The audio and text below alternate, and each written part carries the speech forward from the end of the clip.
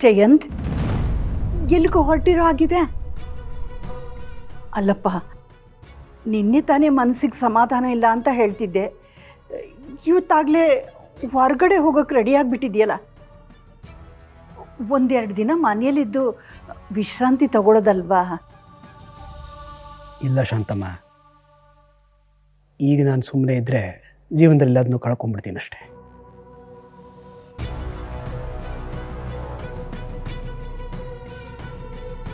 ನೀವು ನಿನ್ನೆ ಆಡಿದ ಮಾತುಗಳು ಮನಸ್ಸಿಗೆ ಚುಚ್ಚೋ ಹಾಗಿದ್ರು, ಆದರೆ ಅವುಗಳ ಹಿಂದೆ ಇದ್ದ ನಿಜಾಂಶ ನನಗೆ ಅರ್ಥ ಆಗ್ತಾ ಇದೆ ಶಾಂತಮ್ಮ.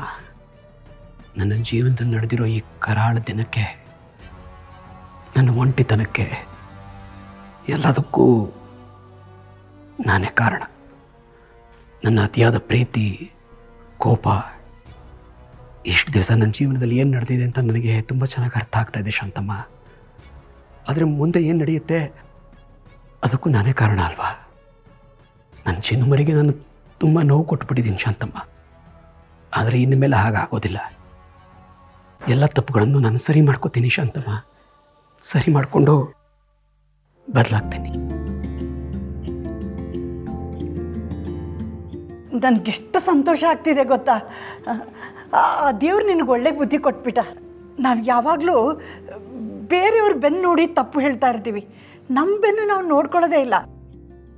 ತಿದ್ಕೋಬೇಕಾಗಿರೋದು ಮೊದಲು ನಮ್ಮ ತಪ್ಪನ್ನು ಅಲ್ವೇನಪ್ಪ?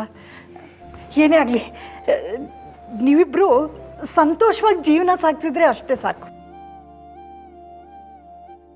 ಸರಿ ಹೋಗುತ್ತೆ ಶಾಂತಮ್ಮ, ಖಂಡಿತ ಸರಿ ಹೋಗುತ್ತೆ.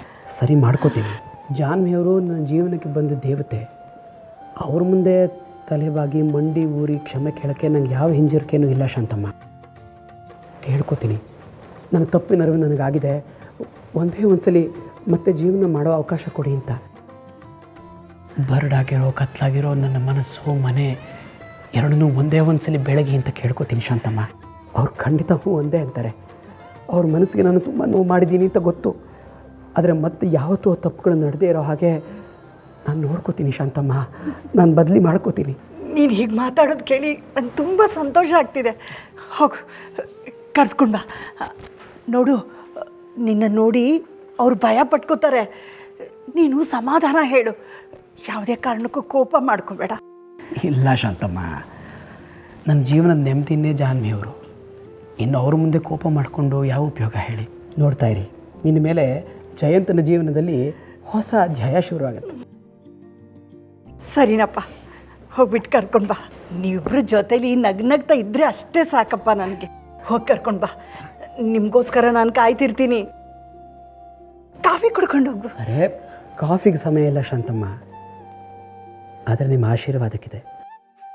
ಅಯ್ಯೋ ಬೇಡಪ್ಪ, ಹೋಗಿ ಬರ್ತೀನಿ ಶಾಂತಮ್ಮ. ದೇವ್ರು ಒಳ್ಳೇದು ಮಾಡಲಿ.